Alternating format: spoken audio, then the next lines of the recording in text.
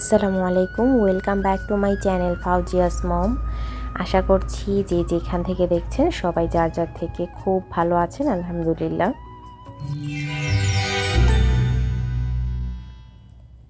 আজকে আমি আপনাদের জন্য নিয়ে এসেছি ছিটা রুটি বা ছিটা পিঠা যেটাই বলেন না কেন।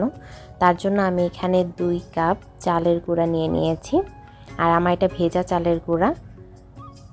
নিয়ে নিচ্ছি একটা ডিমটা অপশনাল, আপনারা চাইলে এটা বাদ দিতে পারেন, কোনো সমস্যা নেই। দিয়ে দিচ্ছি 1 চা চামচ হলুদ গুঁড়া। আজকে আমি হলুদ গুঁড়া দিয়ে করছি কারণ এটা একটু রং হবে সেজন্য। আর এর আগে আমি সাদা যে ছিটা রুটি বা ছিটা পিঠা বোতলে ভরে বানানো যায় সেটার একটা রেসিপি করেছিলাম, সেটা আমার চ্যানেলে আপলোড দেওয়া আছে, আপনারা চাইলে দেখে নিতে পারেন। তো আমি এখানে দিয়ে দিয়েছিলাম 1 চা চামচ আদা রসুন বাটা আর স্বাদ মতো লবণ। এবার আমি অল্প অল্প পানি দিয়ে আমি একটা স্মুথ পাতলা ব্যাটার তৈরি করে নিচ্ছি।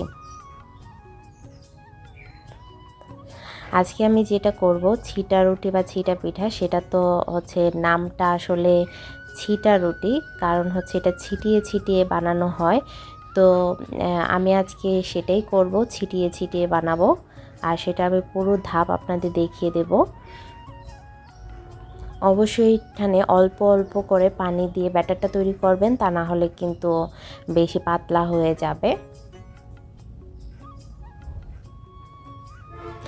আর এই ছিটা রুটিটা খেতে কিন্তু খুবই মজা, একদম মুখে দিলে মিলিয়ে যায়। আর একটা দুটো তিনটা খেয়ে কিন্তু স্বাদ মেটে না, এটা কিন্তু অনেক খাওয়া যায় এই ছিটা রুটিটা। যারা এখনও খাননি তারা একবার ট্রাই করে দেখতে পারেন, খুবই ভালো লাগে খেতে।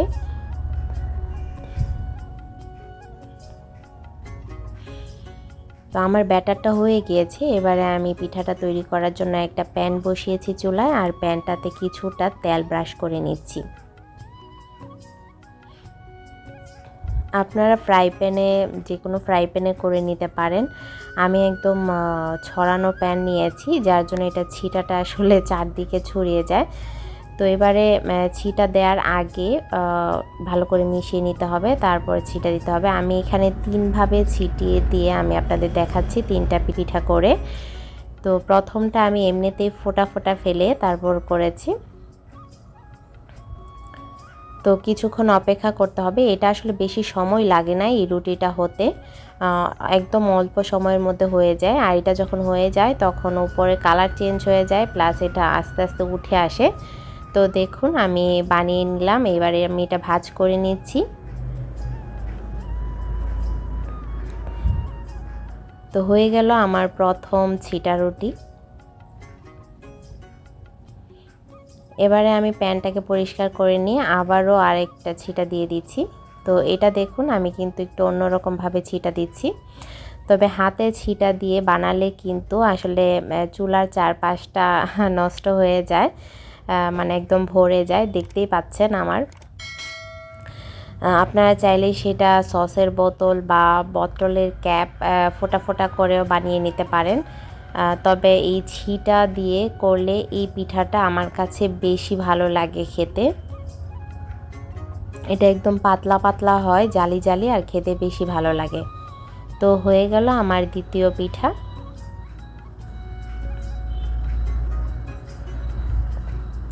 এবারে আমি আরেকটা পিঠা দেখিয়ে দিচ্ছি ঠিক একইভাবে।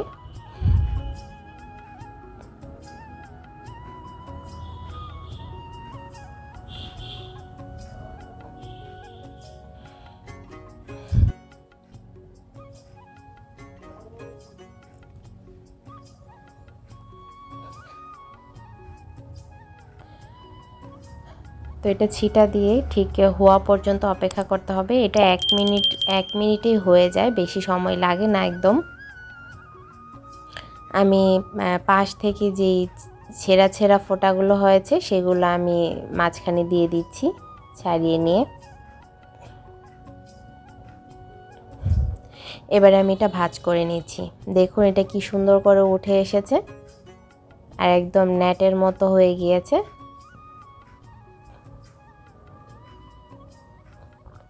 তো আপনারা চাইলে এই ভাজটা যে কোনোভাবে করতে পারেন। আমি প্রত্যেকটা ভাজ 3 কোনা করে করেছি, আপনারা চাইলে 4 কোনা করতে পারেন বা 2 ভাজেও করতে পারেন, কোনো সমস্যা নেই।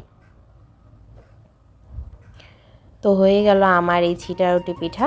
তো দেখিয়ে দিচ্ছি আপনাদেরকে, দেখুন। আর এই পিঠাটা কিন্তু মাংসের ঝোল, মাংসের সাথে মাংস বোনার সঙ্গে খেতে খুবই ভালো লাগে, খুবই ভালো লাগে। আপনারা একবার ট্রাই করে দেখবেন। আর যদি ভালো লেগে থাকে প্লিজ লাইক, কমেন্ট, শেয়ার করতে ভুলবেন না। আর সাবস্ক্রাইব করে আমার চ্যানেলটির পাশে থাকার জন্য অনুরোধ রইল। পাশে থাকা বেল আইকনটি ক্লিক করে দেবেন, এতে নতুন নতুন রেসিপিগুলো আপলোড হওয়ার সাথে সাথে আপনার নোটিফিকেশন পেয়ে যাবেন। আর এছাড়া যদি আপনারা কোনো রেসিপি দেখতে চান আমাকে কমেন্টস করে জানাতে পারেন, আমি আপনাদের দেখিয়ে দেবো ইনশাল্লাহ। তো এতক্ষণ দেখার জন্য ধন্যবাদ সবাইকে, ভালো থাকবেন সবাই, আল্লাহ হাফেজ।